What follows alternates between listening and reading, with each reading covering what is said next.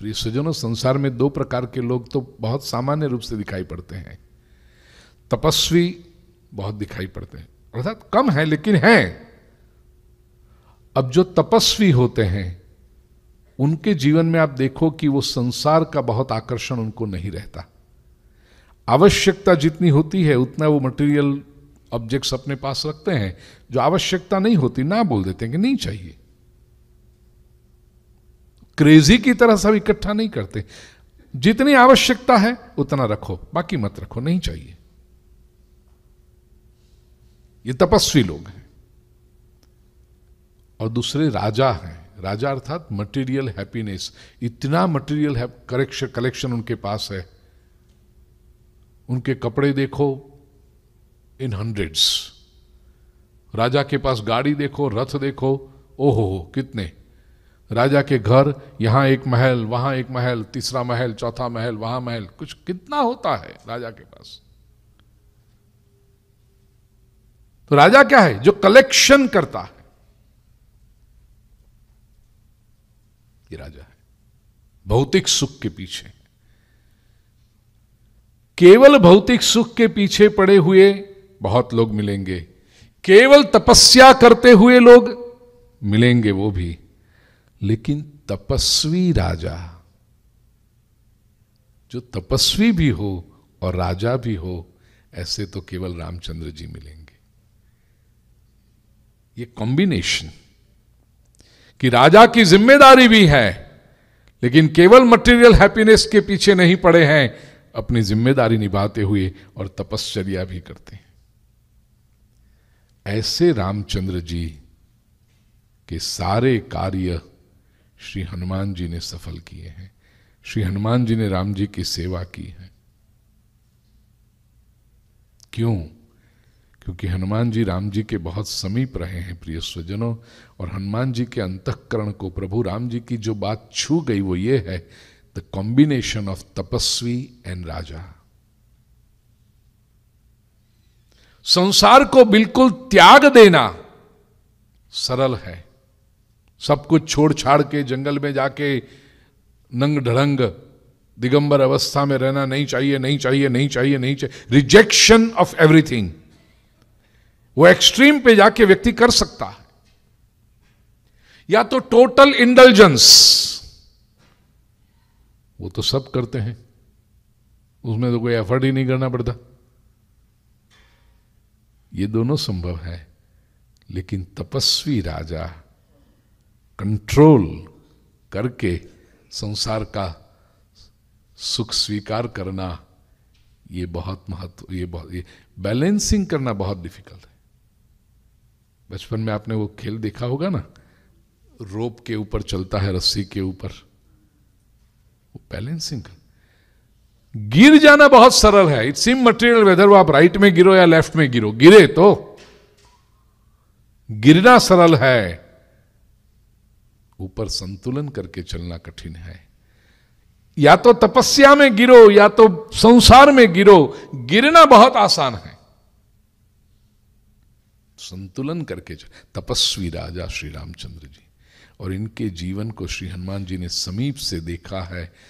ये बात हनुमान जी को सबसे अधिक इंप्रेस कर गई है राम जी के बारे में, और इसलिए श्री हनुमान जी जीवन भर रामचंद्र जी के सेवक बनकर रहे। प्रिय स्वजनों, सोचना जरा,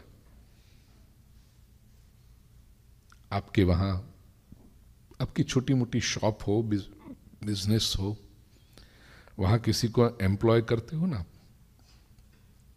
वो एम्प्लॉय जो आपका थोड़ा सा भी स्मार्ट होगा ना, 6 महीना, साल, 2 साल आपके वहां काम करके सारा बिजनेस समझ लेगा। वो माल कहाँ से आता है, कैसे स्टोर किया जाता है, कितना मार्जिन प्रॉफिट रखा जाता है, कैसे बेचा जाता है। 2-3 साल उसने काम किया और वो स्मार्ट आदमी होगा तो आपके सामने ही वो दुकान करेगा, आपका ही कॉम्पिटिटर बन के खड़ा रहेगा। होता है ना जीवन में। क्यों? वो सोचेगा मेरे पास बुद्धि है, आई एम वर्किंग हार्ड, मैं समझ गया, अब मैं क्यों किसी की नौकरी करूं, अपना करूंगा। सब प्रत्येक व्यक्ति को इच्छा होती है ना, अपना कुछ करें, अपना करें, इंडिपेंडेंट करें। प्रिय स्वजनों, श्री हनुमान जी बलवान हैं, बुद्धिमान हैं, चतुर हैं, ज्ञानवान हैं, सब कुछ विद्यावान हैं। हनुमान जी ने कभी ऐसा नहीं सोचा होगा कि बहुत हो गई राम जी की सेवा, जरा अपना इंडिपेंडेंट शुरू करें, हम अपनी अलग मंदिर बनाना शुरू कर दें, अपना सब। कभी नहीं। जीवन भर राम जी के सेवक रहे। प्रिय सज्जनों, ये निष्ठा चाहिए। क्यों? क्योंकि यदि संस्कृति का विकास करना हो, यदि कुछ कंस्ट्रक्टिव काम करना हो, तो लाइक माइंडेड केपेबल लोग साथ में रह करके एक दूसरे को समझ के कि एक लीडर की अगुवाई में काम करना पड़ेगा, तो ही प्रोजेक्ट सफल होते हैं। मैं कॉर्पोरेट सेमिनार जब लेता हूं तो इस चौपाई पे तो बहुत डिटेल में बात करता हूं, क्योंकि मनुष्य का ईगो ऐसा है, थोड़ा सा अपना हुआ कि अलग अलग।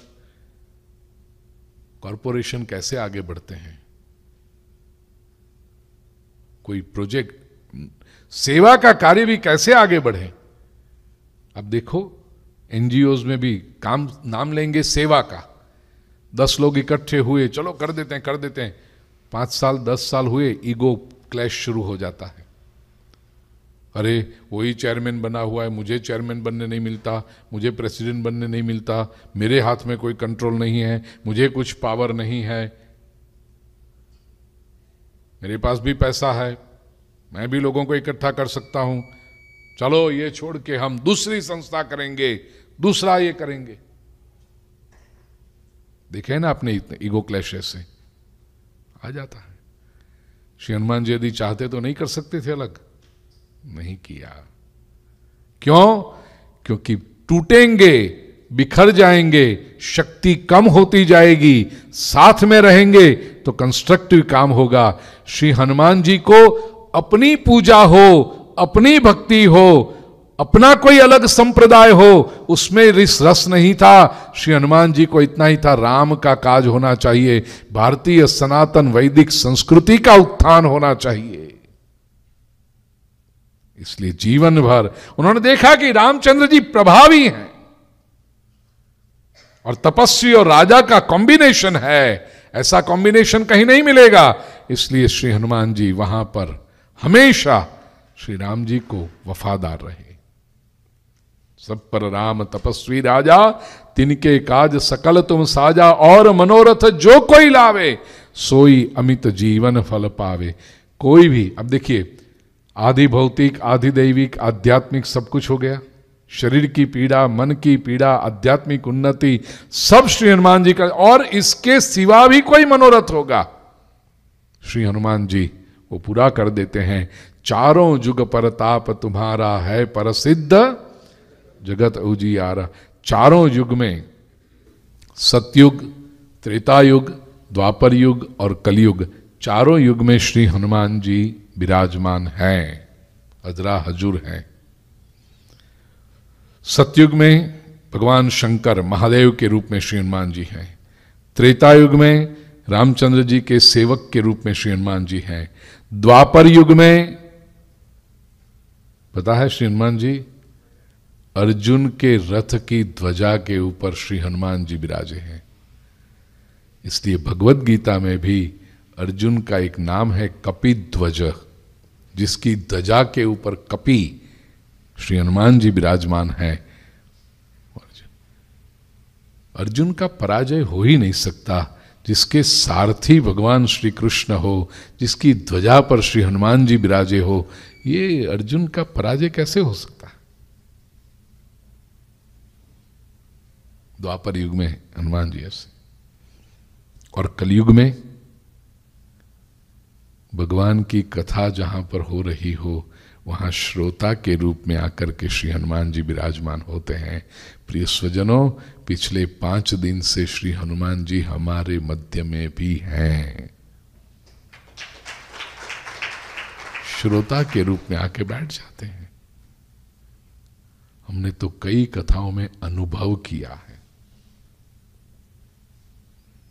श्री हनुमान जी की उपस्थिति का, और वो लगे, मैं अंधश्रद्धा की बातें कभी नहीं करता। कल भी मैंने उज्जवल भाई हमको जब कहाँ गए थे, वो जो संस्था थी आप लोग मुझे माय होम में गए थे, वहां भी मैंने कहा मैं कभी अंधश्रद्धा की बातें नहीं करता, लेकिन प्रत्यक्ष प्रमाण ऐसे मिले हैं श्री हनुमान जी की उपस्थिति के कई बार। वो छोटा सा शहर था, मैं नाम भूल गया हूं, बिहार में ही थी कथा। तो बड़ा सा कोई मेला लगा था, सेलिब्रेशन था, और उसमें एक पंडाल बड़ा, उसमें हनुमान जी की कथा।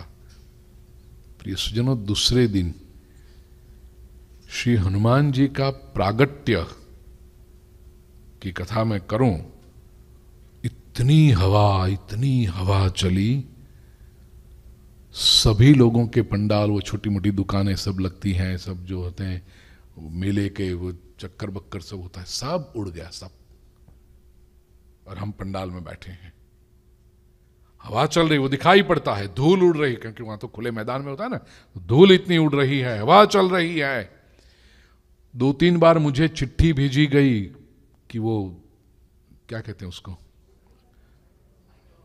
साइक्लोन जैसा आ रहा है, बाहर बहुत समस्या है गुरुजी, बंद करें जल्दी, नहीं तो बारिश आ जाएगी, कुछ समस्या हो जाएगी, साइक्लोन जैसा चल रहा है। मैंने कहा हनुमान जी का प्रागट्य करूं, बाद में पूरा कर दूं। और व्यासपीठ से मुझे ऐसा लगा कि चिंता न करो, ये हनुमान जी का प्रागट्य की कथा हो रही है, इसलिए हनुमान जी अपना स्वरूप का उपस्थिति जता रहे हैं, कथा पूरी होने जाने दीजिए। और सचमुच प्रिय स्वजनों, कथा पूरी हुई, आरती की, सब वातावरण शांत। 3 घंटे की कथा में जैसे हनुमान जी के प्रागट्य, अंजनी पुत्र परम पवन सुत नामा, वो जब चौपाई का वर्णन शुरू किया, हवाएं चलना शुरू हुई। और 15-20 मिनट की कथा, ज्यादा तो नहीं, आपने देखी हनुमान जी के प्रागट्य की, उतने में इतनी हवा चली, हनुमान जी का प्रागट्य हो गया, आरती की। पहले तो लगता था इतनी हवा चल रही है, खुले मैदान में कथा है, आरती कैसे होगी।